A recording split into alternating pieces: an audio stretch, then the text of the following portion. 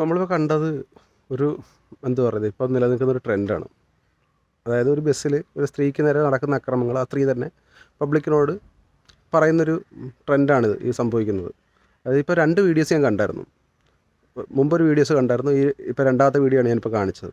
ഈ 2 വീഡിയോയും ആ പുരുഷന്മാർ ആ സ്ത്രീയെ ശല്യപ്പെടുത്തുന്നതാണോ എന്താ പറയുക, അങ്ങനത്തെ ഒരു രീതിയിലേക്കുള്ള ഒരു വീഡിയോസൊന്നും ഇതിനകത്ത് പറയുന്നില്ല, അല്ലെങ്കിൽ ഒരു പ്രക്രിയ ഇതിനകത്ത് കാണിക്കുന്നില്ല.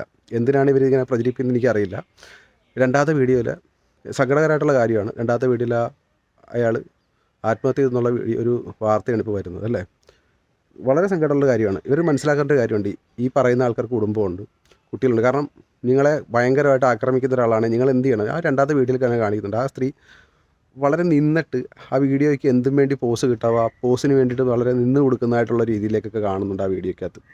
നിങ്ങൾ ആ ഒരു വീഡിയോ പ്രചരിച്ചതിലൂടെ ഒരാൾക്കുണ്ടായ മാനഹാനി എന്തോ ഒരു ബുദ്ധിമുട്ടിലായിരിക്കും അദ്ദേഹം ആ തീരുമാനം എടുത്തിട്ടുണ്ടാകുക.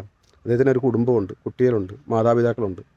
38 വയസ്സായിട്ടുള്ള അയാൾ ദീപക് എന്ന് പറഞ്ഞ മനുഷ്യൻ, അദ്ദേഹം മരിക്കണം എന്നുള്ള തീരുമാനം എടുത്തിട്ട് എത്ര മാനസിക സംഘർഷം നിങ്ങളത് കൊടുത്തിട്ടുണ്ടാകാം. ഒരു സ്ത്രീയെ ആക്രമിച്ചൊരു പുരുഷന് നാട്ടിൽ എന്ത് വിലയാണ് ഉണ്ടത്? അല്ല, നിങ്ങളത് ഞാൻ പറഞ്ഞില്ല, നിങ്ങളത് നേരിടേണ്ടത് ഇങ്ങനെ ആയിരുന്നില്ല. നിങ്ങൾ അങ്ങനത്തെ ഒരു ശല്യം നിങ്ങൾക്ക് ഉണ്ടായിക്കൂല. നിങ്ങൾ ബസ്സിൽ വെച്ച് നല്ല പബ്ലിക്കായിട്ട് പറയണമായിരുന്നു. നിങ്ങളുടെ വീഡിയോ കണ്ടാൽ തന്നെ നിങ്ങളൊരു ട്രെൻഡിന് വേണ്ടി പ്രവർത്തിക്കുന്നതായിട്ട് ഞങ്ങൾക്ക് തോന്നത്തുള്ളൂ.